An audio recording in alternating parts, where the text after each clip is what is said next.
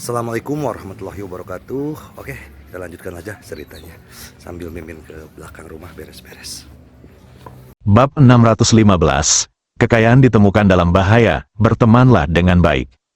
Mendengar perkataan Xuan Yin, lelaki tua itu ragu-ragu sejenak, lalu berkata, Master Sekte, dibandingkan dengan Ye Guan ini, bukankah keluarga kerajaan ini lebih cocok untuk menjalin hubungan baik? Bagaimanapun, mereka adalah keturunan dewa. Menyinggung para dewa hanya untuk anak laki-laki berbakat.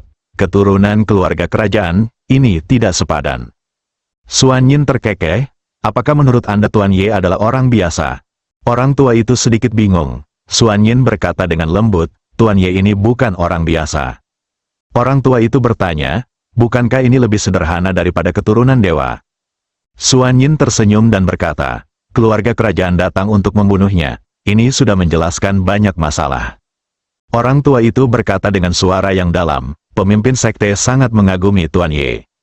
Xuan Yin menoleh untuk melihat lelaki tua itu dan tertawa bodoh. Tai Lao tidak mengira aku naksir dia, bukan? Orang tua itu tidak menjawab pertanyaan secara langsung, Tuan Ye ini memang tampan. Xuan Yin tersenyum dan berkata, ketika Anda mengatakan itu, sepertinya memang demikian. Tuan muda Ye ini tidak hanya kuat, tetapi juga tampan. Mendengar ini, hati lelaki tua itu tiba-tiba menegang. Xuan Yin mengganti topik pembicaraan. Tai Lao, tahukah kamu mengapa saya menjawab pertanyaan yang kamu ajukan sebelumnya? Tai Lao memandang Xuan Yin, yang tersenyum dan berkata, karena titik awal Anda adalah untuk Wuzong, saya bersedia mendiskusikannya dengan Anda. Tetapi sekarang, masalah Anda sepertinya menyangkut urusan pribadi saya. Mendengar ini, ekspresi lelaki tua itu berubah dan dia segera membungkuk dalam-dalam. Bawahan ini telah kehilangan rasa kesopanannya. Mohon maafkan saya, Guru. Xuan Yin melambaikan tangannya. Orang tua itu tidak berani berkata apa-apa lagi dan berbalik untuk pergi. Xuan Yin menoleh untuk melihat ke langit. Dengan senyuman penuh arti di wajahnya, keturunan para dewa. Di luar Wuzong, begitu Wang Zong dan yang lainnya meninggalkan Wuzong, salah satu tetua klan kerajaan segera berkata dengan galak, ini sangat keterlaluan. Wuzong ini bahkan tidak menganggap serius keluarga kerajaanku. Jika dia berada di luar, dia pasti akan membunuh seluruh sektenya. Wajah para tetua keluarga kerajaan lainnya juga sangat suram. Keluarga Wang tidak pernah begitu dibenci di luar selama bertahun-tahun ini. Tetua Agung berkata dengan tenang, ini bukan di luar.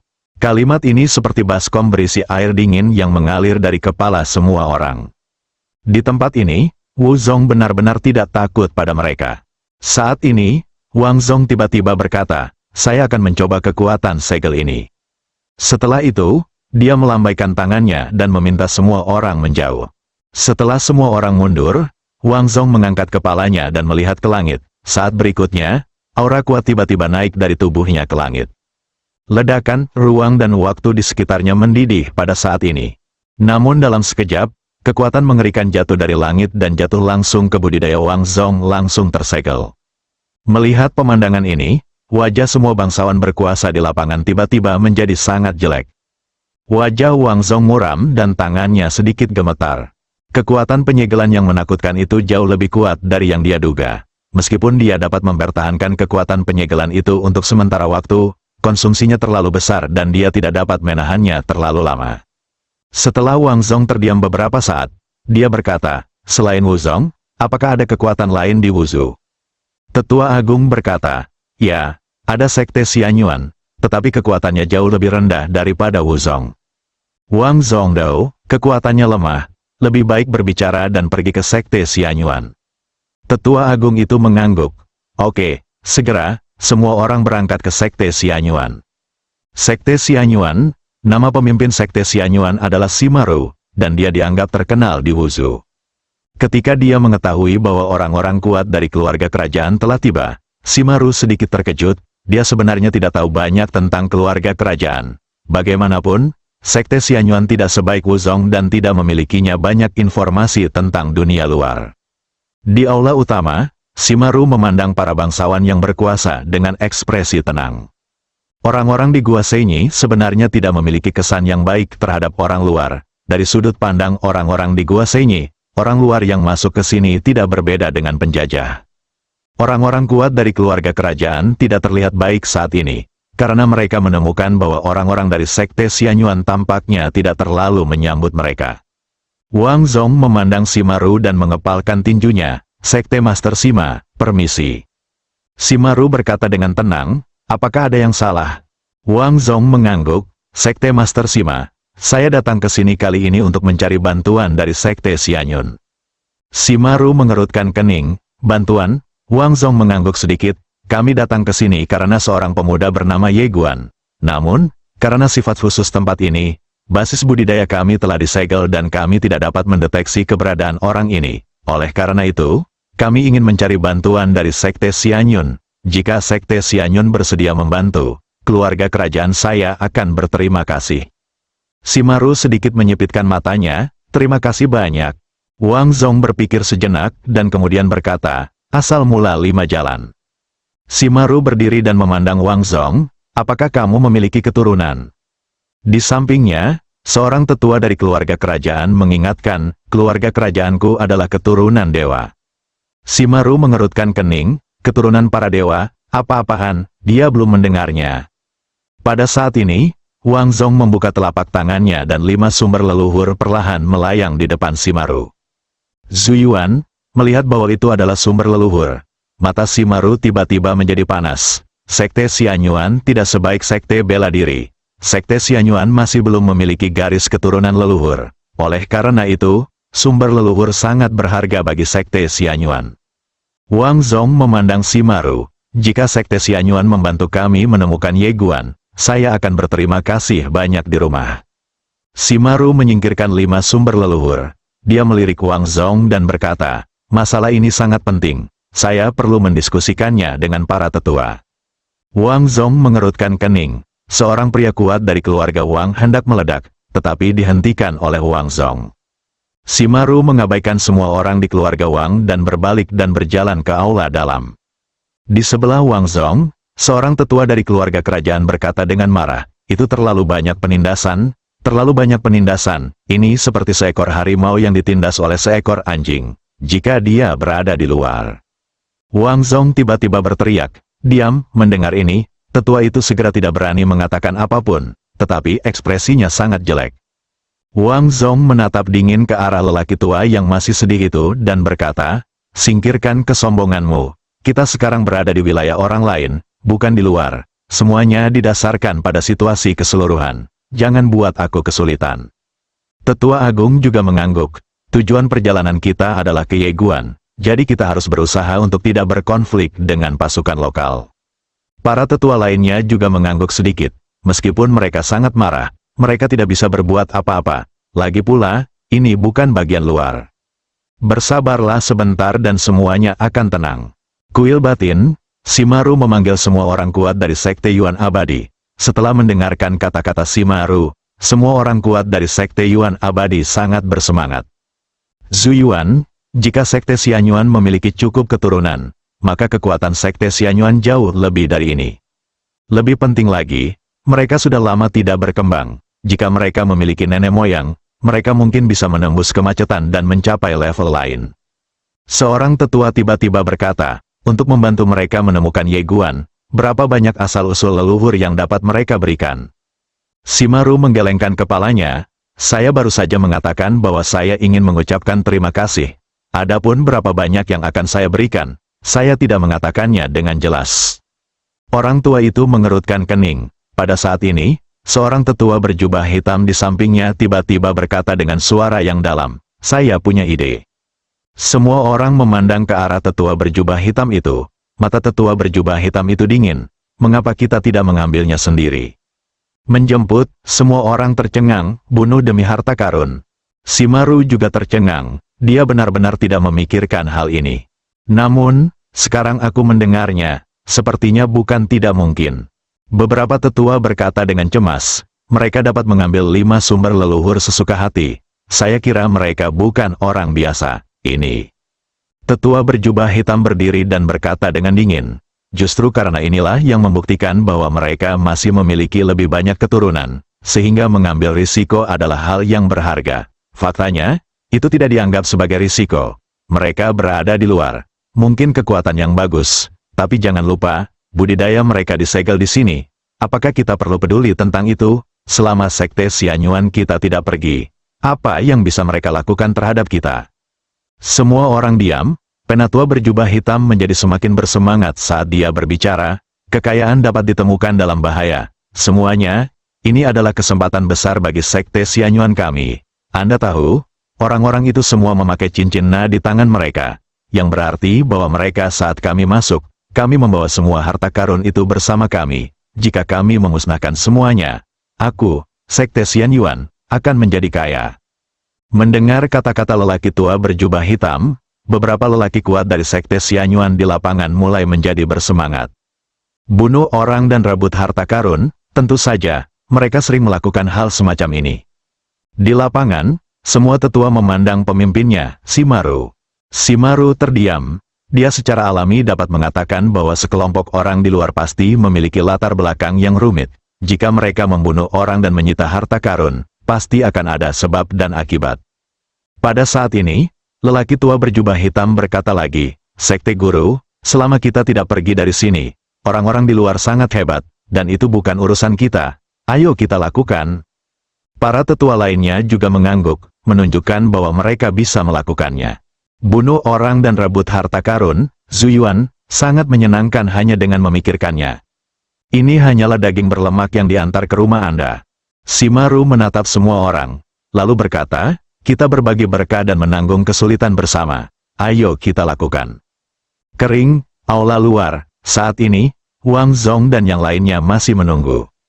Meskipun para bangsawan yang berkuasa sedikit tidak sabar menunggu, tidak ada yang mengatakan apapun, setiap orang harus fokus pada situasi secara keseluruhan. Pemimpinnya, Wang Zong, terlihat tenang, dia sangat percaya diri, kekuatan kecil ini pasti tidak akan mampu menolak godaan Zuyuan. Terus terang, orang-orang di sini semuanya idiot yang belum pernah melihat dunia. Memberi mereka keturunan saja sudah cukup untuk membuat orang-orang di sini bersedia bekerja untuk keluarga Wang. Saat ini, Shimaru tiba-tiba keluar. Wang Zong memandang Shimaru dengan ekspresi tenang. Kali ini, senyuman muncul di wajah Shimaru, tapi apa yang dia katakan menyebabkan ekspresi semua orang berubah. Bunuh. Membunuh, begitu suara itu turun. Orang kuat sekte Xianyuan yang tak terhitung jumlahnya keluar untuk membunuh mereka di sekitar aula. Melihat pemandangan ini, para bangsawan yang berkuasa di lapangan langsung tercengang. Apa-apaan, pada saat ini, salah satu tetua keluarga kerajaan tiba-tiba menjadi marah. Apa yang kamu lakukan? Keluarga kerajaan kami adalah keturunan dewa. Beraninya kamu. Ah, persetan. Kalian serius. Bab 616. Salah satu milik kita, membunuh.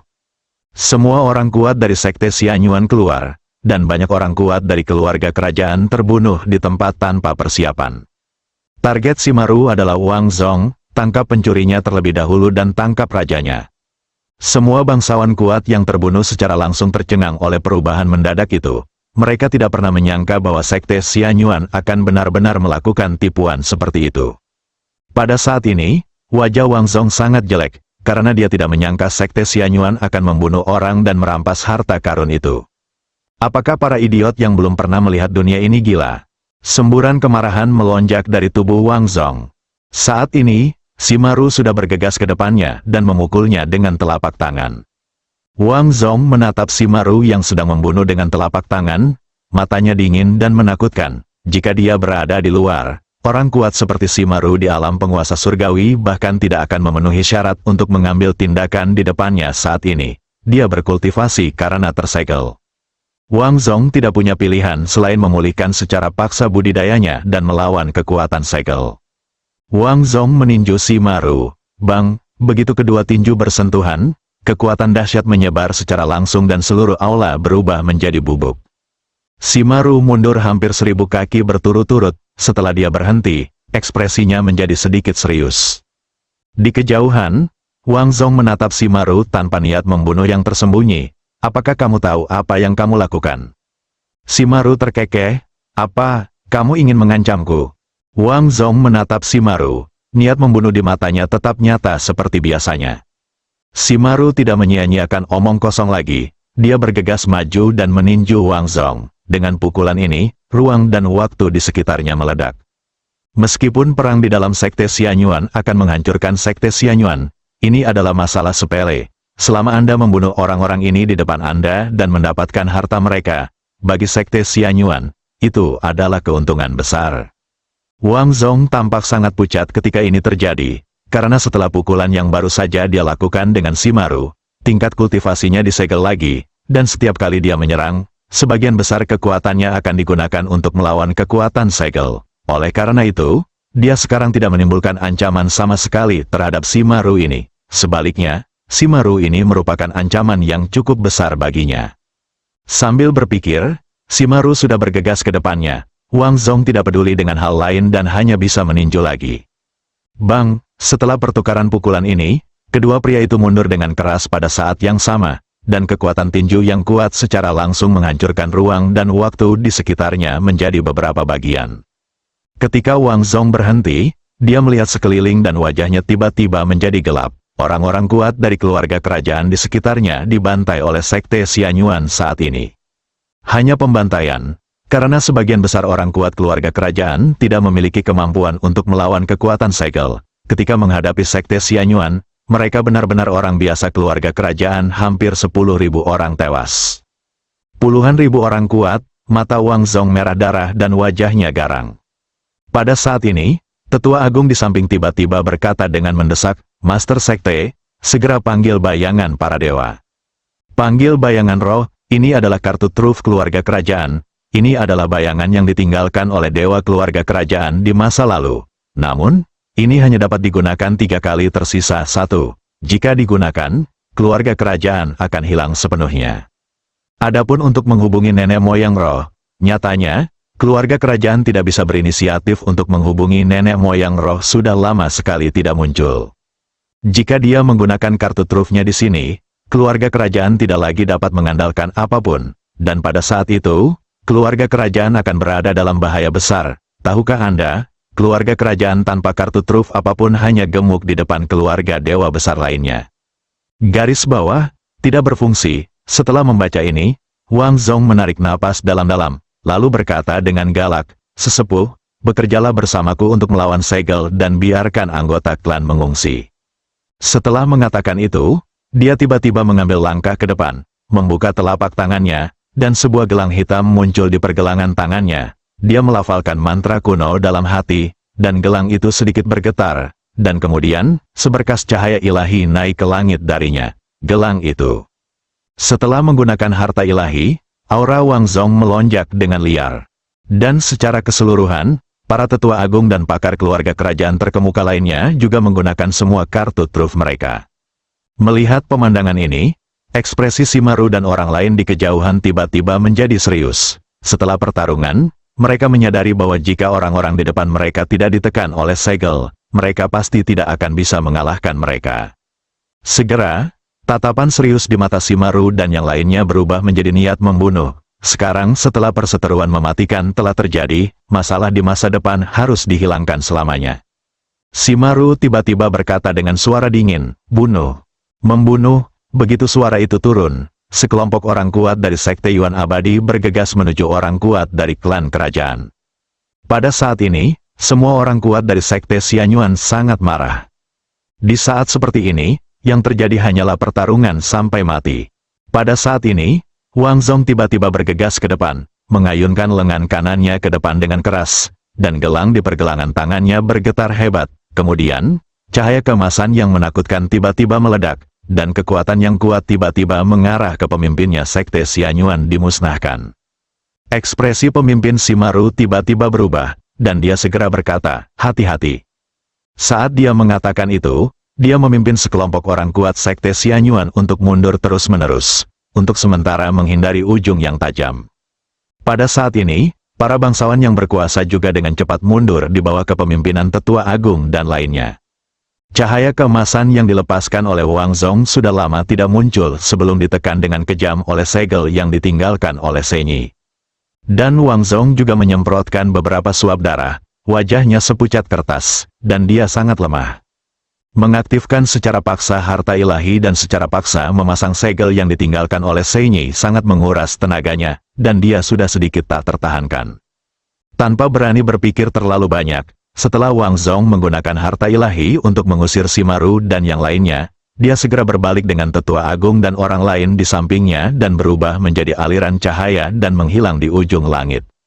Pada saat ini, beberapa orang kuat di Sekte Xianyuan sudah mulai membersihkan medan perang. Harus dikatakan bahwa orang kuat kerajaan ini memiliki banyak harta di cincin mereka membuat Xianyuan orang kuat dari Zong tiba-tiba tertawa lebar. Itu hanya sejumlah besar uang. Pada saat ini, Shimaru, sang pemimpin, tiba-tiba berteriak dengan marah, "Kejar!"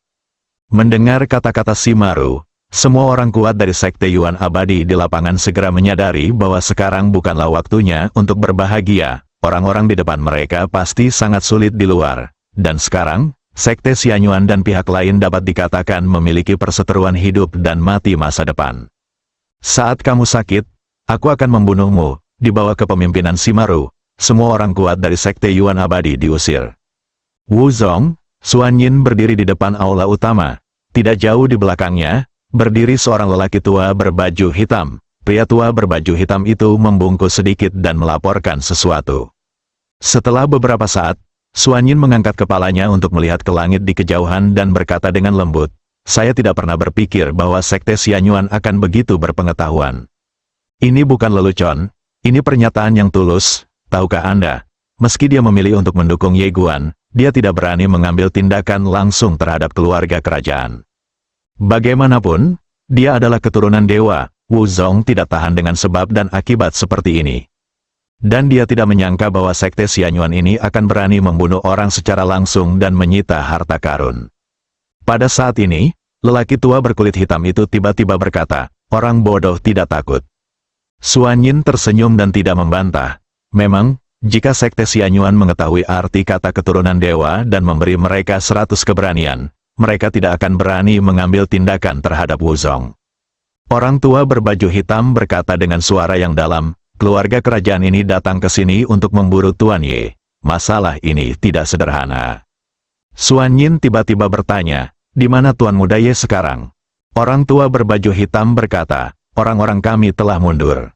Setelah Xuan Yin terdiam beberapa saat, dia berkata, "Temukan dia dan beri dia bantuan jika perlu. Tentu saja, masalah ini harus dilakukan dengan bersih dan jangan meninggalkan petunjuk apapun." Orang tua berbaju hitam memandang Xuan Yin. Mengapa Master Sekte tiba-tiba berubah pikiran? Mata Xuan Yin sedikit menyipit. Sekte Yuan Abadi berani bertarung seperti ini. Bukankah kita bahkan tidak sebaik Sekte Yuan Abadi? Pria tua berbaju hitam itu mengangguk sedikit, berbalik dan pergi. Xuan Yin mengangkat kepalanya untuk melihat awan putih di langit, dan sedikit mengangkat sudut mulutnya. Mungkin ini kesempatan bagi Wu Zong untuk keluar. Dia memutuskan untuk menaikkan taruhannya. Pemuda pembudidaya pedang itu, jika dia adalah musuh, dia harus menjadi seperti keluarga Wang dan menemukan cara untuk membunuhnya dan menghilangkan masalah di masa depan selamanya. Dan jika ada kesempatan untuk berteman dengannya, tentu saja dia harus memanfaatkannya. Tapi dia tidak mempertaruhkan segalanya. Tanpa sepenuhnya menyinggung keluarga Wang, dia bisa membantu Ye Guan semaksimal mungkin dan membuat Ye Guan terus berhutang budi. Meskipun keuntungan dari metode ini terbatas, namun sangat aman. Karena meskipun Ye Guan akhirnya mati di tangan keluarga Wang, Wu Zong tidak akan membentuk musuh bebuyutan dengan keluarga Wang. Tinggalkan ruangan, di sisi lain, di pegunungan, orang-orang kuat dari keluarga Wang melarikan diri dengan panik. Saat mereka masuk, jumlahnya puluhan ribu, tapi sekarang hanya 10.000. Kerugian besar, tidak mungkin. Mereka benar-benar tidak menyangka Sekte Xianyuan ini berani membunuh orang dan merampas harta karun. Itu keterlaluan. Setelah memimpin semua orang kembali ke pegunungan, wajah Wang Zong sangat muram. Saat ini, hatinya berdarah. Kali ini, keluarga Wang benar-benar menderita. Anda harus tahu bahwa orang-orang kuat dari keluarga Wang yang dibawanya semuanya adalah elit di antara para elit. Begitu banyak kerugian yang diderita kali ini. Bagi keluarga Wang, itu benar-benar pengalaman yang traumatis. Pada saat ini, Tetua Agung di sampingnya berkata dengan suara yang dalam, "Pemimpin klan, kenapa kamu tidak memanggil bayangan para dewa?" Para tetua lainnya juga memandang Wang Zong dengan mata jahat. Jika ada bayang-bayang dewa, bagaimana keluarga kerajaan bisa jatuh ke titik ini? Wang Zong menggelengkan kepalanya, bayangan roh hanya bisa dipanggil sekali.